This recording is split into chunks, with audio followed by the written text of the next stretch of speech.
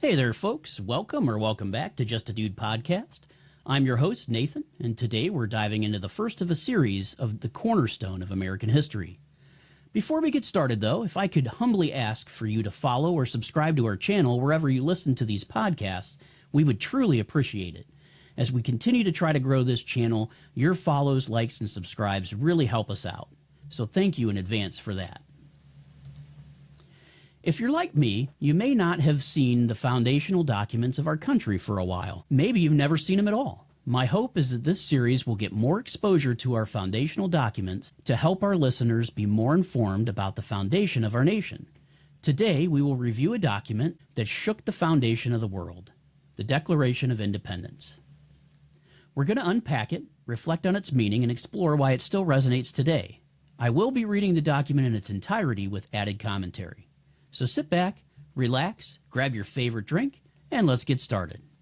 All right, let's kick it off with the opening lines of the Declaration of Independence. They're probably some of the most poetic and profound words ever written. When in the course of human events, it becomes necessary for one people to dissolve the political bands which have connected them with another, and to assume among the powers of the earth the separate and equal station to which the laws of nature and of nature's God entitled them, a decent respect to the opinions of mankind requires that they should declare the causes which impel them to the separation. Man, think about the courage it took to write that. These weren't just words. This was a statement to the most powerful empire in the world at the time. They were saying, we're done here, and here's why. Now, let's get to the heart of it. The self-evident truths. Now, let's get into the heart of it. The self-evident truths. You probably heard these before, but it's definitely worth hearing again. We hold these truths to be self-evident, that all men are created equal, that they are endowed by their Creator with certain unalienable rights, that among these are life, liberty, and the pursuit of happiness. That to secure these rights, governments are instituted among men, deriving their just power from the consent of the governed. That whenever any form of government becomes destructive of these ends, it is the right of the people to alter or to abolish it, and to institute new government, laying its foundation on such principles and organizing its powers in such form as to them shall seem most likely to affect their safety and happiness. Prudence, indeed, will dictate that governments long established should not be changed for light and transient causes, and accordingly all experience has shewn that mankind are more disposed to suffer, while evils are sufferable, than to right themselves by abolishing the forms to which they are accustomed. But when a long train of abuses and usurpations, pursuing invariably the same object, evinces a design to reduce them under absolute despotism, it is their right, it is their duty, to throw off such government and to prove new guards for their future security. Such has been the patient sufferance of these colonies, and such is now the necessity which constrains them to alter their former systems of government. The history of the present King of Great Britain is a history of repeated injuries and usurpations, all having in direct object the establishment of an absolute tyranny over these states. To prove this, let facts be submitted to a candid world. This is literally the mic drop moment right here. It's not just flowery language, it's a philosophy of freedom and human dignity that's inspired movements across the globe. It gives great thought to those governments that should be tyrannical, and to the actions and rights of the people to change that government. Even our current government in the United States should take heed of this right. But here's the thing. The Declaration doesn't stop there. It lays out exactly why the colonies decided to break away. Thomas Jefferson and the crew were not vague. They listed grievance after grievance against King George III. Here, in detail, were the grievances about the king in the Declaration of Independence. He has refused his assent to laws, the most wholesome and necessary for the public good. He has forbidden his governors to pass laws of immediate and pressing importance unless suspended in their operation till his assent should be obtained. And when so suspended, he has utterly neglected to attend them. He has refused to pass other laws for the accommodation of large districts of people, unless those people would relinquish the rights of representation in the legislature, a right inestimable to them and formidable to tyrants only. He has called together legislative bodies at places unusual, uncomfortable, and distant from the depository of their public record for the sole purpose of fatiguing them into compliance with his measures. He has dissolved representative houses repeatedly for opposing with manly firmness his invasions on the rights of the people. He has refused for a long time, after such dissolutions, to cause others to be elected, whereby the legislative powers, incapable of annihilation, have returned to the people at large for their exercise, the state remaining in the meantime exposed to all dangers of invasion from without and convulsions within.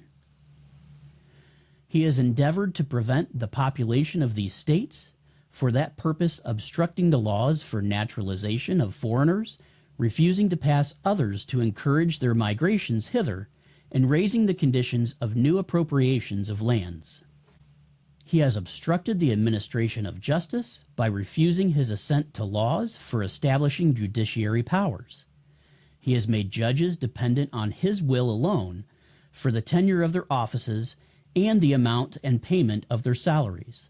He has erected a multitude of new offices and sent hither swarms of officers to harass our people and eat out their substance. He has kept among us, in times of peace, standing armies without the consent of our legislatures.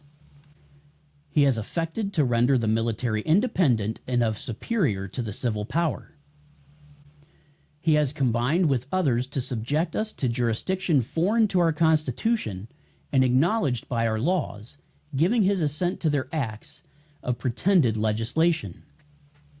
For quartering large bodies of armed troops among us, for protecting them by a mock trial from punishment for many murders which they should commit on the inhabitants of these states, for cutting off our trade with all parts of the world, for imposing taxes on us without our consent, for depriving us in many cases of the benefits of trial by jury, for transporting us beyond seas to be tried for pretended offenses, for abolishing the free system of English laws in a neighboring province, establishing therein an arbitrary government and enlarging its boundaries so as to render it at once an example and fit instrument for introducing the same absolute rule into these colonies, for taking away our charters, abolishing our most valuable laws, and altering fundamentally the forms of our governments, for suspending our own legislatures and declaring themselves invested with power to legislate for us in all cases whatsoever.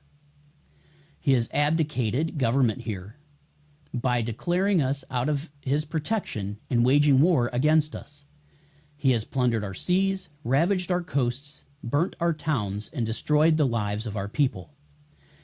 He is at this time transporting large armies of foreign mercenaries to complete the works of death, desolation, and tyranny already begun with circumstances of cruelty and perfidy scarcely paralleled in the most barbarous ages and totally unworthy the head of a civilized nation.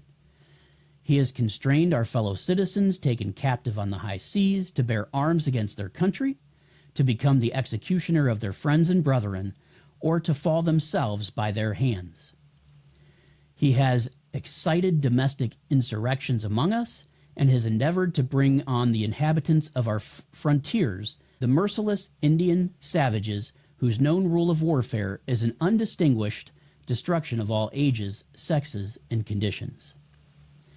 In every stage of these oppressions, we have petitioned for redress in the most humble terms. Our repeated petitions have been answered only by repeated injury. A prince whose character is thus marked by every act which may define a tyrant is unfit to be the ruler of a free people. Nor have we been wanting in attentions to our British brethren. We have warned them from time to time of attempts by their legislature to extend an unwarrantable jurisdiction over us. We have reminded them of the circumstances of our emigration and settlement here. We have appealed to their native justice and magnanimity, and we have conjured them by the ties of our common kindred to disavow these usurpations, which would inevitably interrupt our connections and correspondence. They too have been deaf to the voices of justice and of consanguinity. We must therefore acquiesce in the necessity which denounces our separation and hold them, as we hold the rest of mankind, enemies in war, in peace, friends. This is a laundry list of abuses, and it paints a clear picture of why they felt they had no choice but to declare independence. These weren't impulsive decisions, they were reasoned, deliberate, and justified. These grievances listed in the text outline numerous abuses by the British king against the American colonies, highlighting his refusal to respect their rights and autonomy. He obstructed necessary laws, denied fair representation, and dissolved representative bodies, leaving the colonies vulnerable to external and internal threats. He imposed conditions that hindered population growth, obstructed justice, and manipulated the judiciary, making judges dependent on his will. Furthermore, he established oppressive offices and stationed standing armies without legislative consent, asserting military dominance over civil authorities.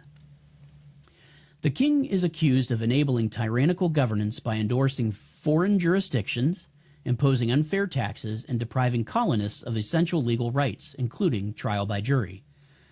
He disrupted commerce, quartered troops among civilians, and subjected colonists to mock trials for their grievances. Additionally, he altered the colonies' governments and abolished their charters, enforcing arbitrary rule and stripping them of self-governance.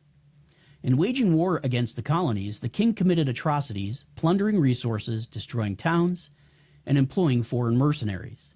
He compelled American captives to fight against their compatriots, incited domestic unrest, and allied with hostile forces to further oppress the colonies. Despite repeated petition for redress, the king responded with injury, leading the colonies to declare him unfit to rule. Their appeals to the British people for justice were also ignored, necessitating their separation and independence. Now, fast forward to the end of the Declaration. This is where they make it official. They declare, "We, therefore, the representative of the United States of America, in General Congress assembled, appealing to the Supreme Judge of the world for the rectitude of our intentions, the authority do, in the name and by authority of the good people of these colonies, solemnly publish and declare that these united colonies are, and of right ought to be, free and independent states, that they are absolved from the allegiance to the British Crown, and that all political connection between them and the state of Great Britain is and ought to be totally dissolved, and that as a free and independent states, they have full power to levy war, conclude peace, contract alliances, establish commerce, and to do all other acts and things which independent states may of right do. And for the support of this declaration, with a firm reliance on the protection of divine providence, we mutually pledge to each other our lives, our fortunes, and our sacred honor." Wow. In a show of unity here and resolve, the representatives pledged their lives, fortunes, and sacred honor to uphold and support this declaration, relying on divine providence for guidance and protection in their endeavor for liberty. So, why does this matter today? Well, the Declaration of Independence isn't just a historical document. It's a reminder of what's possible when people stand up for their rights and refuse to accept tyranny. It's a call to action for each of us to uphold the principles of equality, liberty, and justice. The striking issues seen today with this foundational document of our country is how far we have strayed from its requests, grievances, and overall intention. The Founding Fathers left the government of England due to oppression and overtaxation without representation. These grievances of the past which seem to be acceptable today. We have more government regulations, rules, and laws today that hamper actual freedom than we probably had when the Declaration of Independence was written. We have gone from a country that wants no taxes to a country that says, make the rich pay their fair share. According to our Founding Fathers, no taxes were the acceptable fair share. Additionally, limiting the power of federal government and giving states more power and rights was their intention. Oh, how far we have strayed. We used to say, no new taxes, and now we say, make the rich pay their fair share. I, for one, am a fan of no taxes. No or lower taxes gives individuals more access to their hard-earned money and allows them the freedom, with more money, to decide which social and charitable organizations their money can go to. With taxation, we have no real say. All right, folks, that's a wrap for today. I hope you enjoyed this dive into one of the most important documents in our history. Let me know your thoughts. Hit me up on social media. We're on most of the major platforms, or drop a comment. Have an idea for a future podcast? Email us at justadudepodcast1@gmail.com. Remember, freedom isn't just a gift, it's a responsibility. Until next time, stay curious, stay informed, and stay free. This is Nathan, just a dude with a love for our country, signing off.